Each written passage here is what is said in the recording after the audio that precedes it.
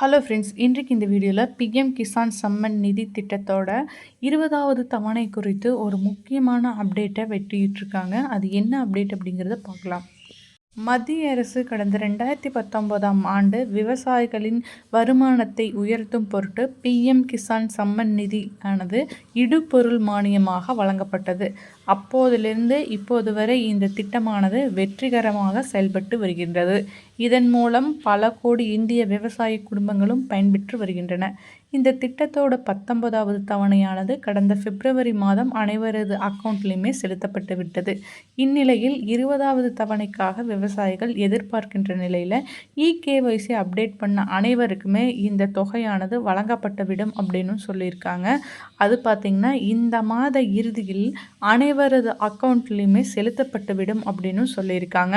So உடனே நீங்கள் இந்த ஜூன் லாஸ்ட் டேட் அன்னைக்கு நீங்கள் செக் பண்ணிக்கலாம்.